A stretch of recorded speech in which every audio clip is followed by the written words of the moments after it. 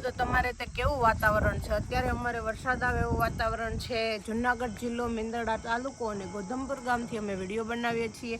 આજે અમારે મગ છે ને વઢાઈ ગયા છે ખેતરમાં. 6, 7, 8 વીઘાના અમારા મગ ઊભા હતા, એ બધા વઢાઈ ગયા છે. અને પાછળ જો વીજળી પણ થાય છે અને એટલો વરસાદ ગાજે છે કે વાત જ પૂછોમાં. અને એટલું કાળું કાળું વાદળ આવ્યું છે નકરું કે પાણી ભરાને જો તમને તફાવત દેખાતો હશે કે વાદળમાં કેટલું પાણી છે. જો આ જગ્યાએ ઠલવા છે ને તો અમારા બધા ખેડૂતમાંથી છે ને પથારી ફરી જવાની છે.